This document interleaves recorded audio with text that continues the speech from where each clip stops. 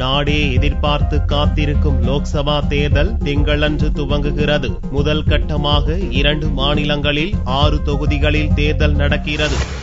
நாட்டில் உள்ள 543 லோக்சபா தொகுதிகளில் தேர்தலை 9 கட்டமாக நடத்த தேர்தல் கமிஷன் திட்டமிட்டுள்ளது. முதல் கட்ட தேர்தல் அசாம், திரிபுரா மாநிலங்களில் உள்ள 6 தொகுதிகளில் திங்களன்று நடக்கிறது. காங்கிரஸ் ஆளும் அசாமில் தேஜ்பூர், கலியாபோர், ஜோர்ஹத், திப்ருகர், லக்கிம்பூர் ஆகிய 5 தொகுதிகளிலும், மார்க்சிஸ்ட் ஆளும் திரிபுராவில் மேற்கு திரிபுரா தொகுதியிலும் ஓட்டுப்பதிவு நடக்க உள்ளது.